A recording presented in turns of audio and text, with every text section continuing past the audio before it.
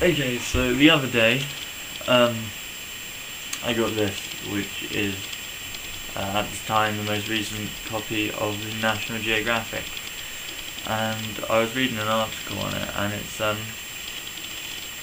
I think it's going to influence hugely what I do, what I'm going to do next in this project. And I've been thinking about stuff, and it's very much changed what my art is and what I'm thinking it is at the moment, and the visual and creative direction I think I want it to go in.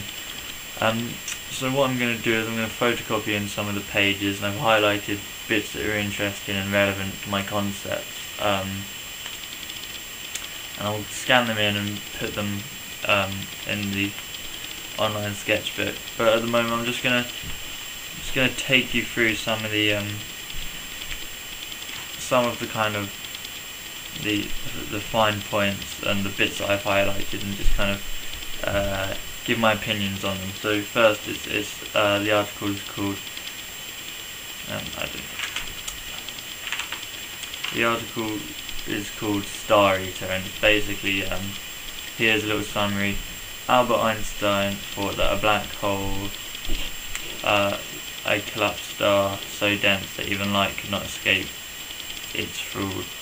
So was preposterous a notion to be real. Einstein was wrong. And there's a few maps and a few other things, I won't bother putting them in. And then talks, and the first things I've highlighted is the fact that it speaks about no one knows for sure about a lot of things in space and black hole and time, and then talks about general relativity and quantum mechanics, which are the two kind of explanations for the workings of the universe. And I'll probably do I might do some research into them, because obviously the universe is all linked into like time and other such things. And it starts to talk about black holes and the speed of light, and how not even the speed of light can escape a black hole, and there's not even enough to get out of it. Let me carry on. Here, the presence of a black hole is decided by the effect it has on its surroundings. It's like looking out of a window and seeing treetops bending in one direction. You're almost certainly right in assuming that there's a strong yet invisible wind was blowing. So here it's interesting, and it kind of relates with the whole concept of like time is a thing and it isn't there, and obviously kind of what my project is it's kind of a way to visually show time. And it talks about here how the movement of the trees shows the wind, and how although you can't actually, no one has ever seen a black hole yet, even with all the telescopes and technology and stuff that we have, you can see it by the pattern of the stars and the dust and the planets that are getting sucked around and then into it. And that's got me thinking into what other ways I can show time, kind of less obvious ways than what I'm doing at the moment. Possibly go into drawing or something. I'm not quite sure. Okay, the next thing I've highlighted is it's not the hole itself that we will see, but likely what's known as an acceleration disk. So once again, just talking about the disks and how it's not what we're seeing. So I was thinking maybe possibly look at stuff that is represents time. I don't know, I don't want it to be obvious like clocks, but it kind of feels like the kind of time lapses. Number one, I don't think, although alright, films and photography I don't think are great art, but I think it's showing too obviously what it's meant to be, and I would like to kind of tinker around the edge of what it is visually. Goes on to talk about the jets that it casts, kind of the same stuff. Okay, here's one. So the gas cools and eventually the gas that shoots out, this is gas that is 90% of matter that gets sucked in by black holes, but then actually misses kind of the point at which it'd go into a black hole and goes shooting off, and they go shooting off into jets, and it's like the gas cools and eventually aligns to form new stars, refreshing the galaxy like a fountain of youth. And this is something that I was also thinking about implying, if not into my work I'm doing at the moment, into the work I do next. Possibly like repeating repetitiveness, or repeating time, or kind of repeating a moment, and maybe with slight differences, but the idea of kind of new creation. Okay, now this is where it now goes on to be part of the article that explores time. And obviously the first quote it has is "time is relative," and this is obviously Einstein, and what that means is, depending on your age, your size, whatever, time is different for each person, no matter what. I think this partly has to do with how long you've lived and stuff, but I want this to, even possibly have an impact on my piece. So I've got these ideas about possibly representing time as a line that I was playing about with the other night, just kind of drawing lines and stuff. And it'd be interesting if like no one, and then if I film this or if I drew it, but no one will kind of take the artwork in the exact same way. So in the same way that time is relative to the person, I want kind of my representation, my realization, my visual representation of time to be relative to every person. I think that isn't going to be a hard thing to do, but that's just an idea, again, that I would possibly like to explore. Next quote. It just talks about that. It talks about how time is affected by gravity. If you place extremely accurate clocks on every floor of a skyscraper, they will all tick at different rates.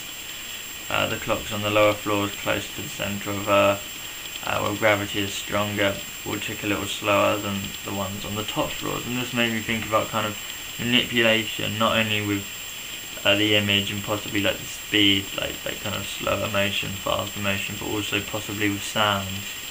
And that also relates to the kind of whole space. I think of this article is a kind of manipulation. I don't want to be like obviously slow motion, like woo, but possibly like slowing things up, speeding them up, panning them from ear to ear subtly, so it's not overly noticeable, but something is off and like you can't quite put your finger on it. That's something that I would quite like to explore. Oh, the camera's running low on battery. Okay, on to the next quote. Black holes with their incredible gravitational pulls are basically time machines. This is where it gets really interesting. So here's a theory. If you get on a rocket and travel to SGR A star, which is a huge black hole that isn't devouring much at the moment, but it is about to, and it's about to go into a quasar, and humans are hoping to monitor it and to have concrete proof of an actual black hole. But yeah, if you were to get on a rocket and travel to it, is extremely close to the event horizon, which is the kind of, if you cross that point, you're in the black hole. But do not cross it. For every minute you spend there, 1,000 years will pass on Earth. Gravity trumps all. So here it's talking about again how time can actually be moved and stretched. And I didn't know this before I read this article, and it just kind of made my brain go poof. So again, with this concept of lines, possibly making the lines thicker if they represent time, thinner, moving them about and stuff. Like, I've got to think about, if I am going to go down this road, do I want to do lines, or do I want to represent times in multiple lines and non-breaking lines, circles, which in themselves are just round lines, and that's all stuff I'm going to have to think about like what colour paper, stuff like that. Okay, and then after that it goes on to say, and if you, another quote here, and if you do cross the event horizon, then what? A person watching from outside will not see you fall. You will appear frozen at the hole's edge, frozen for an infinite amount of time, though technically not infinite. Again, another absolute, as I was saying again, another absolutely mind-boggling thing, that time can be so ridiculously different just throughout the theory of relativity. And it really got me thinking about how I can try and make my work relative to every single viewer. And although I strongly believe all artwork and most things are relative to the person who is viewing it, it just got me to think like how maybe there are like more advanced ways I could possibly just make my work relative, make it more individual and personal for everyone, every single person viewing it. So that's kind of got me thinking on that again. Further on, it explains how some theories think you promptly burn up while reaching the horizon, but then it goes on to say the general relativity theory predicts, however, that something else happens when you cross the event horizon. Nothing. You just pass through, unaware that you're now lost to the rest of the universe. You're fine. The watch on your wrist ticks along as usual. It's often said that black holes are infinitely deep, but this is not true. There is a bottom. You won't live to see it. Gravity, as you fall, will grow stronger. The pull on your feet, if you're falling feet first, will be much greater than the tug on your head, and you'll be stretched until you're ripped apart physically. Physicists call this spaghetti. The pieces of you will reach the bottom. Again, another just complete mind-blowing thing, that time can be stretched like that a bit from here and a piece down here. The two things that are this close together, but time is so different, far away, that they can age differently. They'll grow, shrink, enlarge at different rates.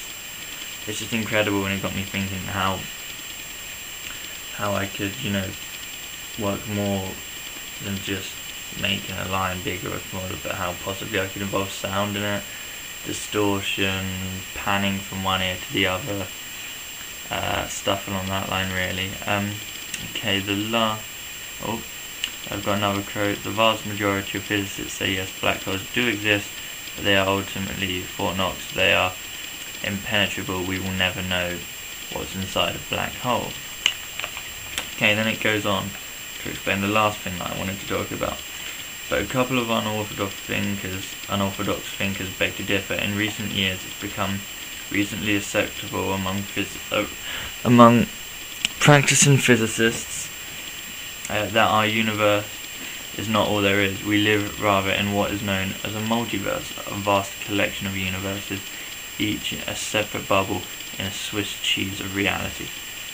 This is highly speculative, but it is possible that to give birth to a new universe, you first need to take a bunch of matter from existing universes,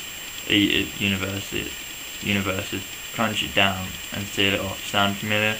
You do know, after all, what became at least one singularity. Our universe began 13.8 billion years ago in a tremendous Big Bang.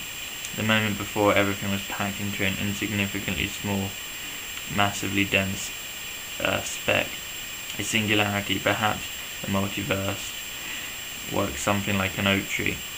Once in a while, an acorn is dropped, falls into the ideal soil, and abruptly sprouts.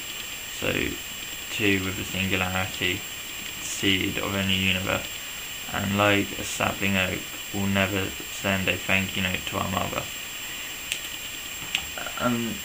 Again, this is talking about the universes, and the metaphor of the oak tree is good. It kind of explains what it is.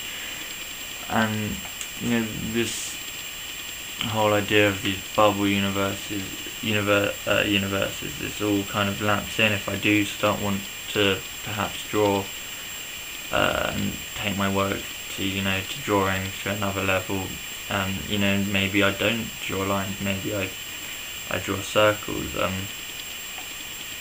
don't know, but yeah, that is this, and I will post it on my online sketchbook.